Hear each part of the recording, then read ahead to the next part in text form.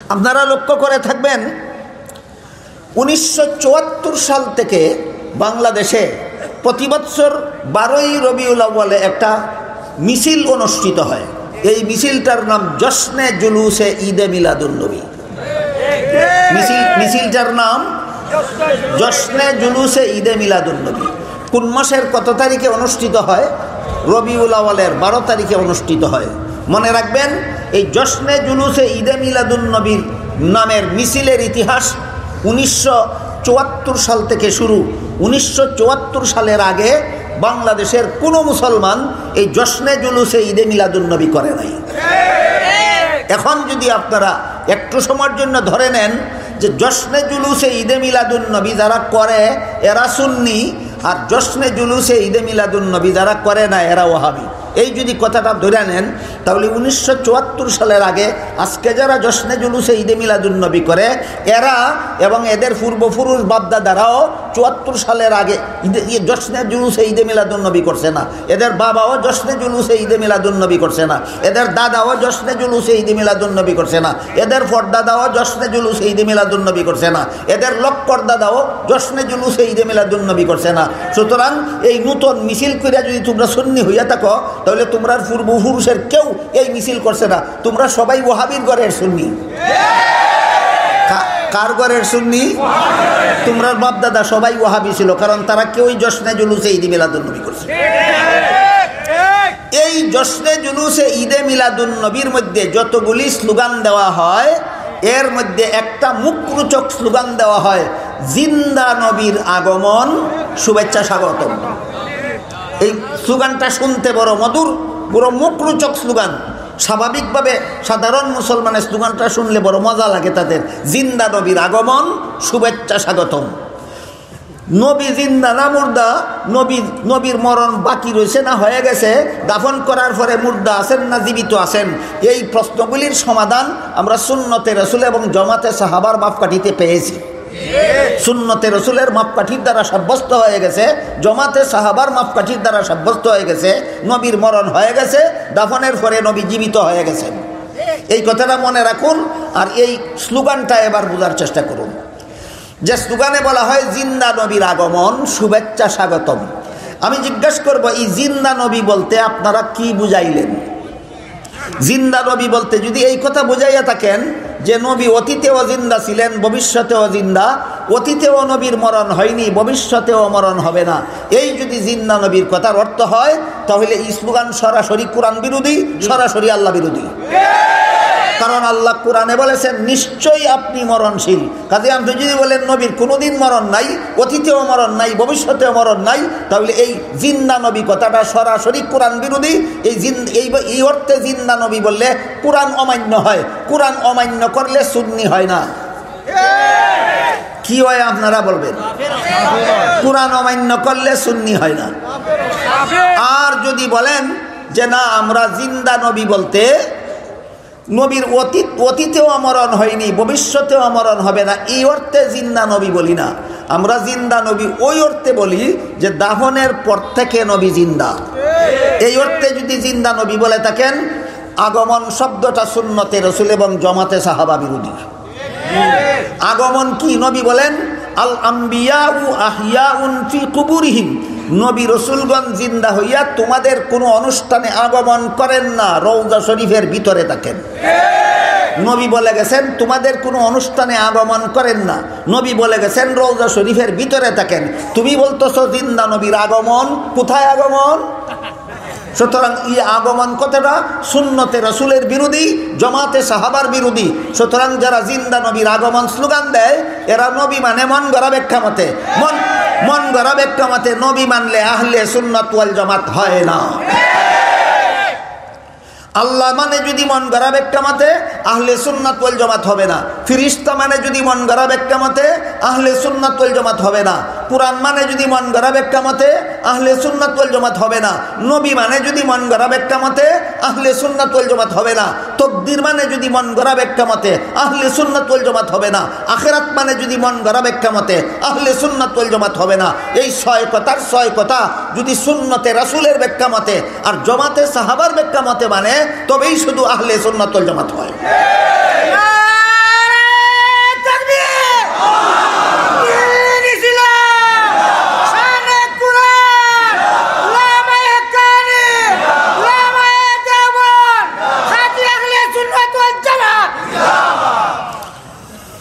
আরেক হাদিসে রাসূল করিম সাল্লাল্লাহু আলাইহি ওয়াসাল্লাম বলেন, আমি যেহেতু রওজা শরীফে জীবিত অবস্থায় থাকব, এই কারণে আমাকে রওজা শরীফে দাফন করার পর থেকে কিয়ামত পর্যন্ত যে কোনো উম্মত যে কোনো সময় আমার রওজা শরীফের পাশে গিয়ে দুরুদ সালাম করবে, আমি নিজের কানে শুনব এবং নিজের মুখে জবাব দেব। যে কোনো উম্মতে যে কোনো সময় রওজা শরীফের কাছে গিয়া দুরুদ সালাম করলে নবী নিজের কানে শুনবেন। কেন? যেহেতু নবী মাঝে মধ্যে জশ্নে জুলুসে এসে যাবেন রওজা শরীফ থেকে বের হয়ে, না সদা সর্বদা রওজা শরীফে থাকবেন? তাহলে জশ্নে জুলুসে আগমন এটা নবী সম্পর্কে মন গড়া ব্যাখ্যা, রওজা শরীফে থাকা এটা নবী সম্পর্কে সহি ব্যাখ্যা। নবী সম্পর্কে সহি ব্যাখ্যা কোথায় পেলাম? নবীর সুন্নতে পেলাম।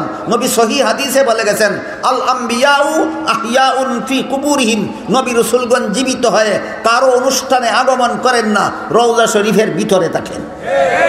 রওজা শরীফের ভিতরে থেকে থেকে নবীগণ কি করেন? অন্যান্য নবীগণ সম্পর্কে আমাদের নবী বলে গেছেন, নামাজ পড়েন। নবীগণ রওজা শরীফের ভিতরে থেকে থেকে জীবিত অবস্থায় কি করেন? নামাজ পড়েন। আমাদের নবী শুধু নামাজ পড়েন না, আরও অনেক কিছু করেন। আমাদের নবী রওজা শরীফে জীবিত অবস্থায় থেকে অনেক কিছু করেন। এই অনেক কিছুর মধ্যে একটা কথা আজকে আপনাদের শোনাই। এক হাদিসে উল্লেখ আছে, রাসূল করিম সাল্লাল্লাহু আলাইহি ওয়াসাল্লাম বলেন, আমি দুনিয়ার থেকে বিদায় হওয়ার পরে সারা দুনিয়া জুড়ে আল্লাহ অগণিত ফিরিস্তা মোতায়েন করে রেখেছেন আমার উম্মতের আমল নামা তালিকা তৈরি করার জন্য। প্রতি সপ্তাহে সারা দুনিয়া জুড়া উম্মতে আমার কোন দিন কোন উম্মত কোন দেশের কোন এলাকায় কোন আমল করলো, ফিরিস্তারা তালিকা তৈরি করে প্রতি সপ্তাহের শুক্রবারে অথবা সোমবারে আমার রওজা শরীফে পৌঁছে দেন। আমি রওজা শরীফে জীবিত অবস্থায় থেকে থেকে প্রতি সপ্তাহে সপ্তাহে আমার উম্মতের আমল নেওয়া ফিরিস্তার তালিকা দেখে আমি জানতে পারি অমুকের ছেলে অমুক অমুক ঠিকানার অধিকারী আপনার উম্মত এই গত সপ্তাহে এই এই আমল করেছে।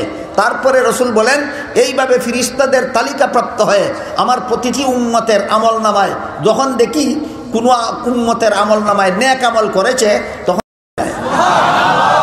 আমাদের নবী রওজা শরীফে জীবিত অবস্থায় থেকে থেকে যত কাজ করেন এর মধ্যে এইটা এক কাজ। নবী বলেন, প্রতি সপ্তাহে আমার উম্মতের নেক আমলের তালিকা যখন আমার রওজা শরীফে পৌঁছে দেয়, আমি শুয়ে শুয়ে রওজা শরীফে উম্মতের আমল নামায় নেক আমল দেখলে আমার আত্মাটা তার প্রতি খুশি হয়ে যায়।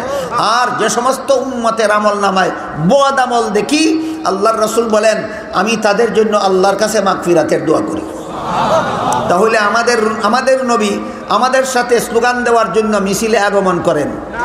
আমাদের নবী আমাদেরকে দেখার, আমাদের আমল দেখার জন্য আমাদের বাড়ি ঘরে আগমন করেন না রওজা শরীফের ভিতরে থাকেন? সুতরাং নবীর আগমন স্লোগান আহলে সুন্নাত ওয়াল জামাত বিরোধী স্লোগান। নবীর আগমন এই স্লোগানটা আহলে সুন্নাত ওয়াল জামাত বিরোধী স্লোগান।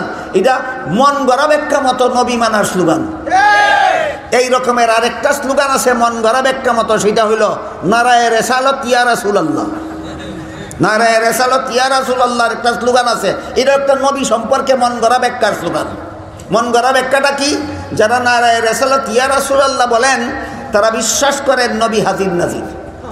নবীকে হাজির নাজির প্রমাণ করার জন্যই স্লোগানটা তারা আবিষ্কার করেছেন।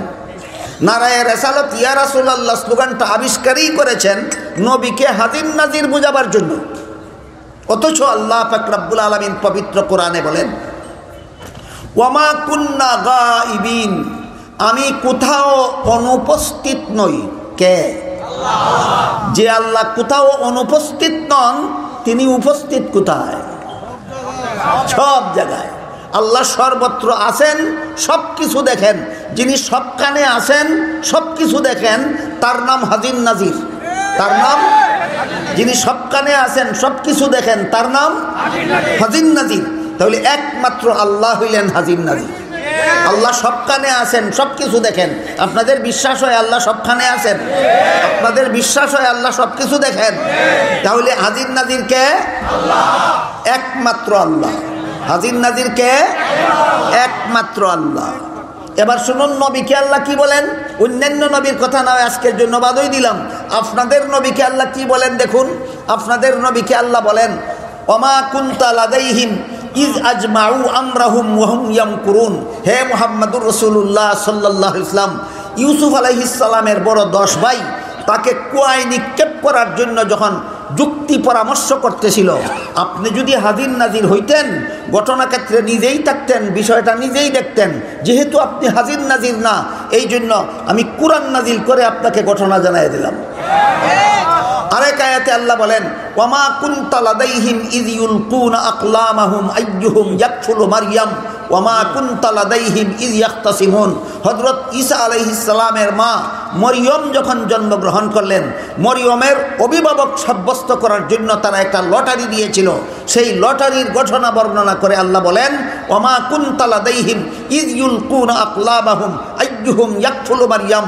হে মুহাম্মদুর রাসূলুল্লাহ সাল্লাল্লাহু আলাইহি ওয়াসাল্লাম, যদি আপনি হাজির নাজির হইতেন, লটারির ঘটনায় নিজেই থাকতেন, নিজেই দেখতেন।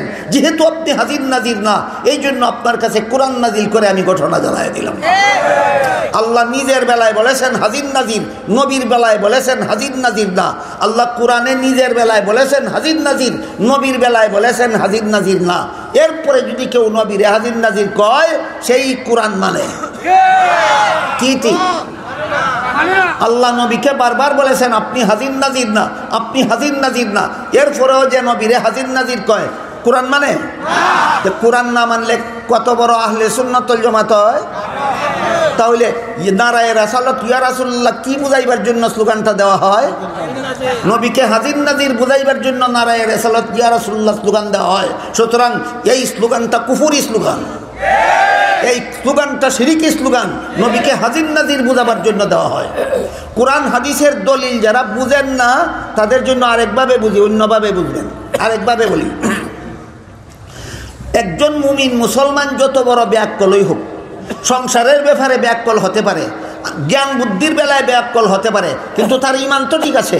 এই জন্য একজন মুমিন মুসলমান যত বড় ব্যাককলই হোক, কোনোদিন বলে না আল্লাহ গতকাল আমাদের বাড়ি এসেছিলেন, আগামীকাল আল্লাহ সিলেট চলে যাবেন, পরের দিন চলে যাবেন আল্লাহ ঢাকা, তারপরের দিন চলে যাবেন আল্লাহ আমেরিকা, তারপরের দিন ফিরে আসবেন সৌদি আরব, তারপরের মাসে আল্লাহ আবার বাংলাদেশে আসবেন।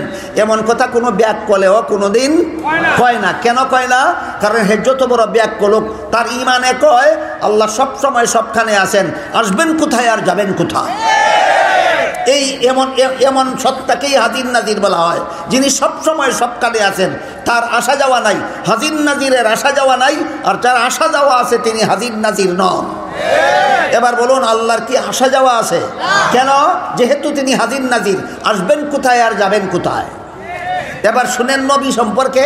আমাদের নবী মুহাম্মদুর রাসূলুল্লাহ সাল্লাল্লাহু আলাইহি ওয়াসাল্লাম রূহের জগৎ থেকে বাবা আব্দুল্লাহর ঔরসে এসেছিলেন, আসেননি? বাবা আব্দুল্লাহর ঔরস থেকে মা আমেনার গর্ভে গিয়েছিলেন। মা আমেনার গর্ভ থেকে ভূমিষ্ঠ হয়ে মক্কা নগরীতে শুভাগমন করেছিলেন। মক্কা নগরী থেকে হিজরত করে মদিনা শরীফ গিয়েছিলেন। হিজরতের আগে মেরাজে গিয়েছিলেন। মেরাজের রাত্রে বাইতুল মুকাদ্দাস থেকে, বাইতুল হারাম থেকে বাইতুল মুকাদ্দাসে ছিলেন না গেলেন? বাইতুল মুকাদ্দাস থেকে প্রথম আসমানে ছিলেন না গেলেন? প্রথম আসমান থেকে দ্বিতীয় আসমানে ছিলেন না গেলেন? তৃতীয় আসমানে ছিলেন না গেলেন? চতুর্থ আসমানে ছিলেন না গেলেন? পঞ্চম আসমানে ছিলেন না গেলেন? ষষ্ঠ আসমানে ছিলেন না গেলেন? সপ্তম আসমানে ছিলেন না গেলেন? আল্লাহর আরশে ছিলেন না গেলেন? জান্নাত পরিদর্শনে ছিলেন না গেলেন? জাহান্নাম পরিদর্শনে ছিলেন না গেলেন? গিয়ে রইলেন না, আবার ফিরে এলেন। এই ব্যাককলের ব্যাককল। হাজির নাজির যায় কেমনে আর আসে কেমনে? এরপরে যদি কেউ না বুঝে, তাহলে তার এক পেট ভাত খাওয়াইয়া দেওয়া দরকার, তার আর দলিলের দরকার নেই। ব্রাহ্মণে বলে কইছিল, আমারে যদি বুঝাইতে পারে আলের বলদ 2টা দিয়া দিল। ব্রাহ্মণের বউয়ে কয় আলের বলদ 2টা দিয়া দিলে গৃহস্থী করবা কেমনে? কয় তুই বুঝতে না, সারাদিন বুঝাইয়া সন্ধ্যার সময় যখন শেষ করবো আমি কোনো বুঝছি না।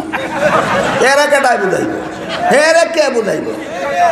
2 বেটায় বলে রাখছে কুস্তি লাগিয়া, একটা ফর্সে তলে আর একটা ফর্সে উপরে। তলেরটা জিতছে না উপরেরটা? তলেরটা যে আর এটা লজ্জা পাইল না, এই লজ্জারে ডাকা দিবার লাগি কয় তুই আমার উপরে উফুরুইয়া ফরসস, তোর চেহারা আসিল নিচের দিকে, দেখছস মাটি, আমি তোর তলে সিট্টুইয়া ভরছি, আমার চেহারা আসিল উপর দিকে, দেখছি আসমান। মাটি দেখলে জিতে না, আসমান দেখলে জিতে। এই বেহায়ারে হারাইবকে, এই বেলাদারে হারাইবকে।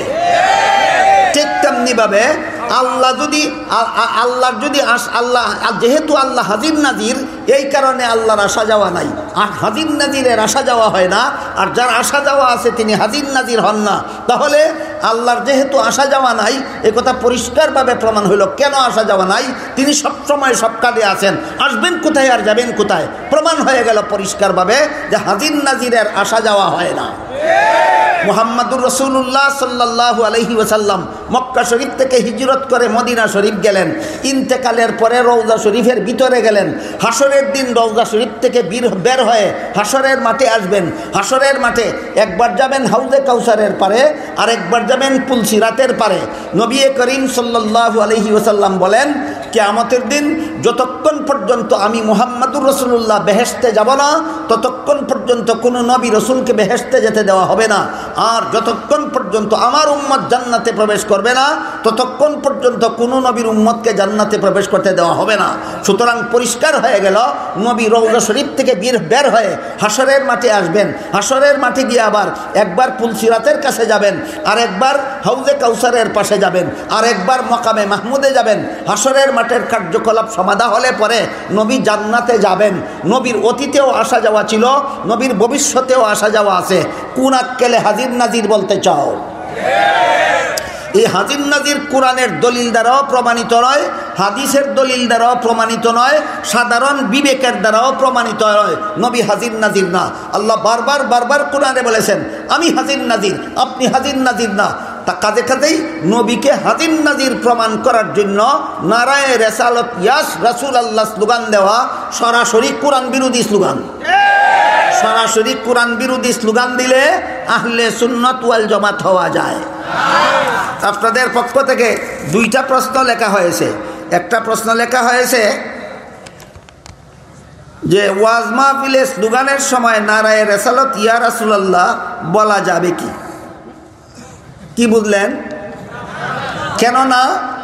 কারণ নারায়ে রিসালাত ইয়া রাসূলুল্লাহ স্লোগানটা দেওয়া হয় নবীকে হাজির নাজির বোঝাবার জন্য। আল্লাহ কোরআনে বলেছেন, আপনি হাজির নাজির না, আমি আল্লাহ হাজির নাজির। কাজেই নারায়ে রিসালাত ইয়া রাসূলুল্লাহ স্লোগানটা সরাসরি কোরআন বিরোধী। এরপরেও যদি কেউ বুঝে না স্লোগান দেওয়া যাবে কিনা, তাহলে আমরা তাকে আল্লাহর হাওয়ালা করব, আল্লাহর কাছে দোয়া করব, আল্লাহ তাকে সহি ঈমান বুঝার তৌফিক দান করুন। আরেকটা প্রশ্ন আপনারা লিখেছেন, কোরআনে রাসূলকে ভালোবাসার কথা বলা নেই, শুধু অনুসরণ করার কথা বলা হয়েছে। কথাটি কতটুকু সত্য? এমন কথা যদি কেউ বলে থাকেন, তাহলে আমার মনে হয় কোরআন ভালো করে দেখে শুনে বলেননি। কারণ পবিত্র কোরআনের এক আয়াতে আল্লাহ বলেন, আন নাবিয়্যু আউলা বিল মুমিনিনা ওয়া আজওয়াজুহু উম্মাহাতুহুম। নবী করিম সাল্লাল্লাহু আলাইহি ওয়াসাল্লাম সমস্ত মুমিনদের কাছে সমস্ত জগৎবাসীর চেয়ে বেশি মহব্বতের পাত্র। তাহলে আল্লাহ কোরআনে নবীকে আমাদের কাছে জগৎবাসীর চেয়ে বেশি মহব্বতের পাত্র বলেছেন কিনা? তাহলে নবীকে মহব্বত করার কথা কোরআনে বলা হয়নি, এই কথা ঠিক নয়। যদি কেউ বলে থাকেন, তাহলে কোরআনের সব কথা দেখে বলেননি। তাকে আমি অনুরোধ করব, আবার আপনি কোরআনের সব কথা দেখুন। আল্লাহ কোরআনে নবীকে মহব্বত করার কথা শুধু বলেননি, বরং বলেছেন সমস্ত মুমিন মুসলমানদের কাছে নবী সমস্ত জগৎবাসীর চেয়ে বেশি বড় মহব্বতের পাত্র। কথাটা রাসূল হাদিস শরীফেও বলেছেন। আল্লাহর রাসূল সাল্লাল্লাহু আলাইহি ওয়াসাল্লাম বলেন, লা ইউমিনু আহাদুকুম হাত্তা আকুনা আহাব্বা ইলাইহি মিন ওয়ালিদিহি ওয়া ওয়ালাদিহি ওয়ান নাসি আজমাইন। হে আমার উম্মতেরা, তোমাদের কেউ ততক্ষণ পর্যন্ত মুমিন মুসলমান হতে পারবে না যতক্ষণ পর্যন্ত আমি রাসূলকে নিজের পিতা পুত্র এবং সমস্ত জগৎবাসীর চেয়ে বেশি মহব্বত করবে না। কাজেই নবীকে মহব্বত করার কথা কোরআনেও আছে, নবীকে মহব্বত করার কথা হাদিসেও আছে। কিন্তু নবীকে কেমন মহব্বত করতে হবে? নবীর মহব্বত দুই প্রকার। নবীর মহব্বত দুই প্রকার। এক প্রকার মহব্বত হইল আবু বকরের মতো, আর এক প্রকার মহব্বত হইল আবু তালিবের মতো। এক প্রকার মহব্বত হইল আবু বকরের মতো, আর এক প্রকার মহব্বত হইল আবু তালিবের মতো। আবু বকরের মতো মহব্বতটা আপনাদেরকে বলি। হযরত আবু বকর সিদ্দিক রাদিয়াল্লাহু আনহুকে রাসূল বলেছিলেন, আবু বকর, তুমি এখন এই হিজরতে যাইও না, অন্য লোকেরা হিজরতে যাক, আমি যেদিন হিজরতে যাই সেদিন তোমাকে সাথে নেব। এরপরে হঠাৎ একদিন রাসূল গভীর রাত্রে মক্কা শরীফ থেকে মদিনার পথে হিজরতে রওনা হইলেন। হযরত আবু বকর সিদ্দিক রাদিয়াল্লাহু আনহুর ঘরের দরজার সামনে গিয়ে অতি আস্তে ডাক দিলেন, ইয়া আবা বকর। সাথে সাথে হযরত আবু বকর লব্বাইকা ইয়া রাসূলুল্লাহ বলে বের হয়ে আসলেন। রাসূল বললেন, ও আবু বকর, আজকে রাত্রেই আমি আসবো হিজরতে যাওয়ার জন্য, তোমাকে তো বলিনি, এত আস্তে ডাক দিলাম, প্রথম ডাক দেওয়া মাত্রই তুমি দরজা খুলে বের হয়ে আসলে, তুমি কি ঘুমাওনি? আবু বকর বললেন, হুজুর, যেদিন থেকে আপনি বলেছিলেন আমাকে সাথে নিয়ে হিজরতে যাবেন, সেদিন থেকে একটি রাতও আমি ঘুমাই না, কারণ আমি যদি ঘুমিয়ে থাকি আপনি আমাকে ডাকতে ডাকতে আপনার কষ্ট হয়, এই মহব্বতে আমি কোনো রাত্রে ঘুমাই না। তাহলে নবীর প্রতি আবু বকরের কেমন মহব্বত ছিল একটা উদাহরণ পাইলাম তো। এরপরে উমরের মহব্বত কেমন ছিল? হযরত রাসূল করিম সাল্লাল্লাহু আলাইহি ওয়াসাল্লাম হযরত উমর ফারুক রাদিয়াল্লাহু আনহুকে বলেন, ও উমর, যতক্ষণ পর্যন্ত নিজের পিতা পুত্র এবং তোমার প্রাণের চেয়েও বেশি মহব্বত আমি রাসূলকে না করবে, ততক্ষণ পর্যন্ত তুমি মুমিন বলে গণ্য হতে পারবে না। উমর বলেন, ওগো আল্লাহর রাসূল, আপনাকে আমি আমার পিতার চেয়ে বেশি মহব্বত করি, আমার পুত্রের চেয়ে বেশি মহব্বত করি, সমস্ত জগৎবাসীর চেয়ে বেশি মহব্বত করি, কিন্তু আমার প্রাণের চেয়ে বেশি মহব্বত করি কিনা সেটা আমি চিন্তা ভাবনা না করে বলতে পারবো না। উমর বড় ইমানদার ছিলেন না আমরা বড় ইমানদার? উমর বলেন, আপনারে আমার প্রাণের চেয়ে বেশি মহব্বত করি কিনা সেটা চিন্তা ভাবনা করে বলতে হবে। আর আমাদের দেশে এমন মহব্বতকারী পাওয়া যায়, নমাজ নাই, রোজা নাই, ইবাদত নাই, বন্দেগী নাই, নবীর সুন্নত নাই, কয় নবীর মহব্বতে জান দিয়ালেন। তুমি বড় ইমানদার না উমর বড় ইমানদার? উমর বলেন, আমি আপনাকে প্রাণের চেয়ে বেশি মহব্বত করি কিনা সেটা আমার চিন্তা ভাবনা করে বলতে হবে। রাসূল বলেন, ঠিক আছে উমর, চিন্তা ভাবনা করে বলতে হলে বলো, কিন্তু যতক্ষণ পর্যন্ত বলতে না পারো ততক্ষণ পর্যন্ত ইমানদার হিসেবে গণ্য হবে না। হাদিসের ব্যাখ্যায় মুহাদ্দিসিনে কেরাম লেখেন, নবীকে প্রাণের চেয়ে বেশি মহব্বত করার ব্যাখ্যা কি? নবীকে প্রাণের চেয়ে বেশি মহব্বত করার ব্যাখ্যা হইল, যদি এমন পরিস্থিতি দাঁড়ায় যে পরিস্থিতিতে জান বাঁচাইতে হইলে নবীর তরিকা ছাড়তে হয়, আর নবীর তরিকায় থাকতে হইলে জানের মায়া ছাড়তে হয়, সেই পরিস্থিতি যারা জানের মায়া ছেড়ে দিয়ে নবীর তরিকায় অটল থাকে, তারাই নবীকে প্রাণের চেয়ে বেশি মহব্বত। আজকে বুঝলেন কিনা নবীকে প্রাণের চেয়ে বেশি মহব্বত করার ব্যাখ্যা? সুন্নত নাই, ওয়াজিব নাই, নফল নাই, ইবাদত নাই, বন্দেগী নাই, নামাজ নাই, রোজা নাই, পর্দা নাই, ফুসিদা নাই, লাফের ছুটে নবীর লাগি জান দালাইব, এই মহব্বতের নাম ঈমান নয়। এটা আবু বকর মার্কা মহব্বত নয়, এটা উমর মার্কা মহব্বত নয়, এটা আবু তালিব মার্কা মহব্বত। এই জন্য বলেছি নবীর মহব্বত দুই প্রকার, একটা হইল উমর মার্কা মহব্বত, আর একটা হইল আবু তালিব মার্কা মহব্বত। উমর মার্কা মহব্বতটা শুনুন, রাসূল যখন বললেন চিন্তা করে হলেও বলতে হবে তোমার, হযরত উমর একটু সময় চিন্তা করে বললেন, হুজুর, আমি চিন্তা করে দেখেছি আপনাকে আমি আবার প্রাণের চেয়েও বেশি মহব্বত করি। তখন রাসূল বলেন, আল আন ইয়া উমর, হে উমর, এখন সাব্যস্ত হইল তুমি ঈমানদার, এখন সাব্যস্ত হইল তুমি ঈমানদার। কারণ উমর কি চিন্তা করছেন? উমর চিন্তা করছেন এটাই, যে জান বাঁচাইতে হইলে যদি নবীর তরিকা ছাড়তে হয়, আর নবীর তরিকায় থাকতে হইলে যদি জানের মায়া ছাড়তে হয়, তাহলে আমি জানের মায়া ছাড়তে রাজি, নবীর তরিকা ছাড়তে রাজি না। এই পর্যায়ে যারা পৌঁছে তাদের মুখে শোভা পায় এই কথা বলার, যে নবীকে আমি প্রাণের চেয়ে বেশি মহব্বত করি। এই রকম মহব্বতের নাম ঈমান। হযরত উমর নবীকে যেই রকমের মহব্বত করেছিলেন, হযরত আবু বকর নবীকে যেই রকমের মহব্বত করেছিলেন, সাহাবায়ে কেরাম নবীকে যেই রকমের মহব্বত করেছিলেন, এই রকম মহব্বতের নাম ঈমান। এবার শুনুন আবু তালিব নবীকে কেমন মহব্বত করেছিলেন। আবু তালিব ছিলেন নবীর আপন চাচা। আবু তালিবের কাছে একদিন, আবু তালিব যখন আমাদের নবীর অভিভাবক, তখন একদিন মক্কার কুরাইশ বংশের মূর্তি পূজারীদের বড় বড় নেতারা আবু তালিবের কাছে আসলো, বলল, সর্দার আবু তালিব, তুমি আমাদের বংশের সর্দার, তোমার ভাতিজা মুহাম্মদ মূর্তির নিন্দা করে, আমরা বাপদাদার আমল থেকে মূর্তির পূজা করে এসেছি, এই মূর্তিগুলির সমালোচনা করে, তোমার ভাতিজা হওয়ার কারণে এতদিন সহ্য করেছি, আর সহ্য করতে পারবো না, তোমার ভাতিজাকে পারলে তুমি সাবলাও, না পারলে আমাদের হাওলা করে দাও, পিটাইয়া শায়েস্তা করে দাও। আবু তালিব সর্দারদের সামনেই নবীকে বললেন, ভাতিজা, শুনলা তো তোমার বিরুদ্ধে কি অভিযোগ, তুমি তোমার ধর্ম যদি আলাদা থাকে পালন করো, তুমি মূর্তি পূজার নিন্দা করো না, মানুষের কাছে লা ইলাহা ইল্লাল্লাহর দাওয়াত দিতে যাও না। নবী চাচা আবু তালিবের কথার জবাব না দিয়া কাঁদতে লাগলেন, চক্ষু দিয়ে ঝরঝর করে পানি পড়তে লাগলো। তখন আবু তালিব বলেন, ভাতিজা আমার কথার কোনো জবাব দিলে না, তুমি কাঁদতে লাগলে, তোমার চোখের পানি বরদাস্ত করতে পারি না, বড় দূর তোমার মহব্বতে জান দিতে পারি, তোমার চোখের পানি সহ্য করতে পারবো না, বলো কোন দুঃখে কান্দো, আমি তোমার মহব্বতে জান দিতে পারি। তখন নবী বলেন, চাচা আপনি বলছেন মানুষের কাছে লা ইলাহা ইল্লাল্লাহর দাওয়াত নিয়ে যাব না, এই দাওয়াত নিয়ে যাওয়ার জন্যই আল্লাহ আমাকে নবী বানাইছেন, কাজে আপনি আমার পক্ষে থাকেন আর না থাকেন, আল্লাহ যে কাজের জন্য পাঠাইছেন সেই কাজ আমার করতেই হবে। তখন আবু তালিব বললেন, যাও ঠিক আছে, তাহলে তুমি তোমার কাজ করতে থাকো, এরা বলেছে তোমাকে পিটাইয়া শায়েস্তা করবে, আমি কথা দিলাম আমার শরীরের এক বিন্দু রক্ত থাকা অবস্থায় তোমার গায়ে কাউকে হাত তুলতে দেব না, তোমার গায়ে হাত তুলতে হইলে আগে আমাকে হত্যা করতে হবে, আমার প্রাণের চেয়ে তোমাকে বেশি মহব্বত করি। এইবার নবীরে প্রাণের চেয়ে বেশি মহব্বত করলো কে? আবু তালিব। এই আবু তালিবের মরণকালে রসুল বললেন, চাচা আপনি আমাকে জানের চেয়ে বেশি মহব্বত করেছেন, কিন্তু আমার দিন গ্রহণ করেননি, আমার তরিকা গ্রহণ করেননি, আমার দাওয়াত কবুল করেননি, এমত অবস্থায় চিরস্থায়ী জাহান্নামী হওয়ার থেকে আপনি বাঁচতে পারবেন না। আবু তালিব জবাব দেয়, ভাতিজা তোমার দিন কবুল না করলে যে চিরকালের জন্য জাহান্নামে যেতে হবে এই কথা আমার বুঝার বাকি নাই, কিন্তু এই যে মহাসত্য বুঝতে পেরেছি সেটা যদি আমি গ্রহণ করে ফেলি তাহলে আমার দলটা ঠিক থাকে না। কি ঠিক থাকে না? আমার দলটা ঠিক থাকে না, আমার দলে আমাকে সর্দার মানবে না, আমার দলে আমাকে ধিক্কার দিবে, কাজেই যেই সত্য মানলে দল ঠিক থাকে না, যেই সত্য মানলে দলের নেতৃত্ব থাকে না, এই সত্য মানতে পারবো না, আমি জাহান্নামে যেতে প্রস্তুত আছি। আবু তালিবের জবাবে নবী খুশি হইবার কথা, খুশি হইবার কথা না, নবী অত্যন্ত চিন্তিত হয়ে গেলেন, অত্যন্ত দুঃখিত হয়ে গেলেন। এমত অবস্থায় আল্লাহ পাক রব্বুল আলামিন আয়াত নাযিল করে বলেন, ইন্নাকা লা তাহদি মান আহবাবতা ওয়ালাকিন্নাল্লাহ ইয়াহদি মান ইয়াশা ওয়ালাকিন্নাল্লাহ ইয়াহদি মান ইয়াশা ওয়া হুয়া আ'লামু বিল মুহতাদিন। হে রাসূল করিম সাল্লাল্লাহু আলাইহি ওয়াসাল্লাম, আবু তালিব আপনাকে প্রাণের চেয়ে বেশি মহব্বত করে, তাই বলে আবু তালিবকে আপনি জাহান্নাম থেকে বাঁচাবেন? হতেই পারে না। যেই ব্যক্তি সত্য বুঝার পরে দল ঠিক রাখার জন্য সত্য গ্রহণ করে না, আমি আল্লাহ তাকে হেদায়েত দিব না। এই আবু তালিব সম্পর্কে রাসূল বলেন, জাহান্নামে আবু তালিবের পায়ে জাহান্নামের আগুনের তৈরি দুইটা জুতা পরিয়ে দেওয়া হবে।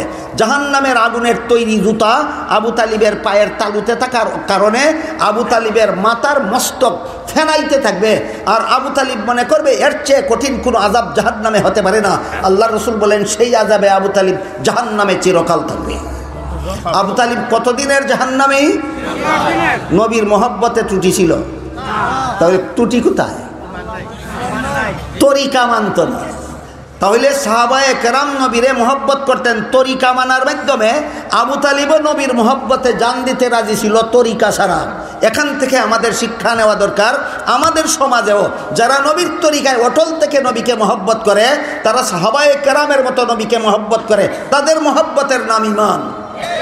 যাদের মধ্যে নবীর তরিকা নাই, নবীরে মহব্বত করে, আবু তালিবের মতো মহব্বত করে, পরকালে আবু তালিব যাবে যেখানে, এরাও যাবে সেখানে। কাজেই মহব্বত শুধু কথাটা কোরআন হাদিসে থাকলেই হয় না। কোরআনে নবীকে মহব্বত করার কথা আছে, হাদিসে নবীকে মহব্বত করার কথা আছে, কিন্তু নবীর কোন মহব্বত ঈমান আর কোন মহব্বত ঈমান নয়, এই পার্থক্য সাধারণত আলোচনা হয় না। এই সুযোগে সাধারণ মানুষকে ধোঁকা দেওয়া হয়, শুধু নবীর মহব্বত শব্দ দিয়ে ধোঁকা দেওয়া হয়। এই ধোঁকায় যেন আমরা আর কোনো দিন না পড়ি। নবীর মহব্বত দুই প্রকার, একটা উমরের মতো মহব্বত, একটা আবু তালিবের মতো মহব্বত। বুঝে থাকলে বলুন, আপনারা আবু তালিবের মতো নবীর মহব্বত চান না উমরের মতো মহব্বত চান? উমরের মতো মহব্বতের পরিচয় কি? তরিকা সহ মহব্বত। আবু তালিবের মতো মহব্বতের পরিচয় কি? তরিকা ছাড়া মহব্বত। যে নবীর তরিকা গ্রহণ করে না, নবীর মহব্বতে জান দিয়া দিব, সে আবু তালিব যাবে যেখানে, সেও যাবে সেখানে। আর যে নবীর মহব্বতের কারণে নবীর তরিকা ছাড়তে পারে না, সে উমর যাবেন যেখানে, সেও যাবে সেখানে। কথা বুঝলেন কিনা পরিষ্কার? আপনাদের প্রশ্ন ছিল কোরআনে রসুলকে মহব্বত করার কথা নেই, এই কথা যদি কেউ বলে থাকেন তিনি কোরআন আগাগোড়া দেখে বলেননি, ভালো রকম জানা থাকতে হবে। আল্লাহ কোরআনে বলেছেন, আন-নাবিয়্যু আউলা বিল মুমিনিনা ওয়া আজওয়াজুহু উম্মাহাতুহুম, নবী মুমিনদের কাছে সবচেয়ে বেশি মহব্বতের পাত্র। কাজেই কোরআনে নবীকে মহব্বত করার কথা আছে কি নাই? হাদিস শরীফে রাসূল বলেছেন, যতক্ষণ পর্যন্ত আমি সমস্ত জগৎবাসীর চেয়ে তোমাদের কাছে মহব্বতের পাত্র না হব, ততক্ষণ পর্যন্ত তোমাদের কেউ মুমিন হতে পারবে না। কাজেই কোরআনেও নবীকে মহব্বত করার কথা আছে সমস্ত জগতের চেয়ে বেশি, হাদিসেও নবীকে মহব্বত করার কথা আছে সমস্ত জগৎবাসীর চেয়ে বেশি, কিন্তু সেই মহব্বতটা যেন আবু তালিবের মতো না হয়, উমরের মতো হয়। আরেকটা প্রশ্ন আপনারা করেছেন, ইল্লাল্লাহ জিকির জায়েজ কিনা। আমি যদি কোনোদিন ইল্লাল্লাহ জিকির করতাম আর আমারে প্রশ্ন করতেন তাইলে খাটতো। আমি তো কোনোদিন ইল্লাল্লাহ জিকির আপনাদের সামনে করছি না, আমাকে প্রশ্ন করাটা আমি মনে করি খাটে না। তারপরও সমাজের ভুল বুঝাবুঝি দূর করার জন্য বলছে, আল্লাহর জিকির দুই রকমের আছে। এক প্রকার জিকিরের নাম এবাদত, আর এক প্রকার জিকিরের নাম রিয়াজত। এই এবাদত এবং রিয়াজতের পার্থক্য এখানে আলোচনার মতো নয়। যারা খাঁটি ফিরের মুরিদ, এই সমস্ত মুরিদানকে খাঁটি ফির বুঝাইয়া দেয় এবাদত কোনটা আর রিয়াজত কোনটা। যেই জিকিরটা সরাসরি আল্লাহর এবাদত, এটার এবাদতের জিকির বলা হয়। আর যেই জিকির সরাসরি এবাদত নয়, বরং আল্লাহর জিকির চালু হওয়ার জন্য একটা প্র্যাকটিস, একটা অনুশীলন, এটাকে রিয়াজত বলা হয়। যদি ইল্লাল্লাহর জিকির এবাদত মনে করে তাহলে ইল্লাল্লাহর জিকির করা বেদাত হবে। আর যদি ইল্লাল্লাহর জিকির রিয়াদতের জন্য করে, প্র্যাকটিস করার জন্য করে, চর্চা করার জন্য করে, তাহলে ইল্লাল্লাহর জিকির জায়েজ হবে। যেমন পবিত্র কোরআনের সূরাতুল ফাতিহা নমাজে পড়া ওয়াজিব। সূরাতুল ফাতিহা নমাজে পড়া ওয়াজিব। সূরাতুল ফাতিহার প্রথম আয়াত আলহামদুলিল্লাহি রাব্বিল আলামিন। আলহামদুলিল্লাহি রাব্বিল আলামিন। আলহামদুলিল্লাহি রাব্বিল আলামিন সহি শুদ্ধভাবে একটা মানুষ জীবনের প্রথমবারেই পড়তে পারে না। তাহলে কি করতে হয়? অনুশীলন করতে হয়, প্র্যাকটিস করতে হয়। উস্তাদের কাছে গেলে উস্তাদ বলে দেয় বলো আলহামদু, হে কয় আলহামদু। উস্তাদ বলে দেন বলো আলহামদু, সে বলে আলহামদু।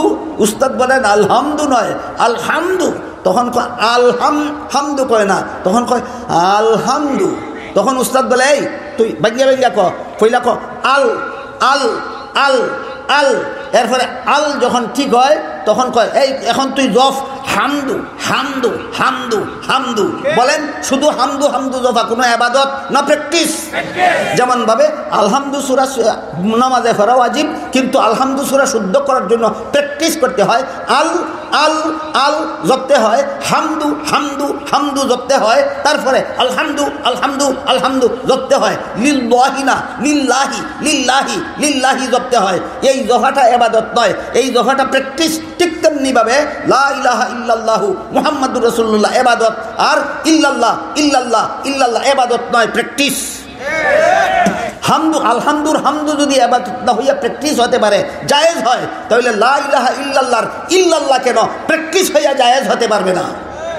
সুতরাং এই সমস্ত ফেতনাবাদী প্রশ্ন, এই সমস্ত ফেতনাবাদী আলোচনায় যাবেন না। খাঁটি পীরের মুরিদ হন, খাঁটি পীর আপনাকে বুঝাইয়া দেবে ইবাদত কাকে বলে, রিয়াজত কাকে বলে, কোন সময় ইল্লাল্লাহর জিকির জায়েজ হবে না আর কোন সময় ইল্লাল্লাহর জিকির জায়েজ হবে। পীর যদি খাঁটি হইয়া থাকে, পীরে নিজেই মুরিদকে বুঝাইয়া দেবে। আর পীর যদি বন্ড হইয়া থাকে, এই বন্ড পীরে তো নিজেই জানে না মুরিদকে কি বুঝাবে। আল্লাহ আপনাদের আমাদের সবাইকে মহব্বতে রসুল চিনার, রসুলের সাহাবায়ে কেরামকে চিনার, রসুলের সাহাবায়ে কেরামকে সত্যের মাপকাঠি হিসাবে মানার তৌফিক দান করুন। সবাই বলুন আমিন।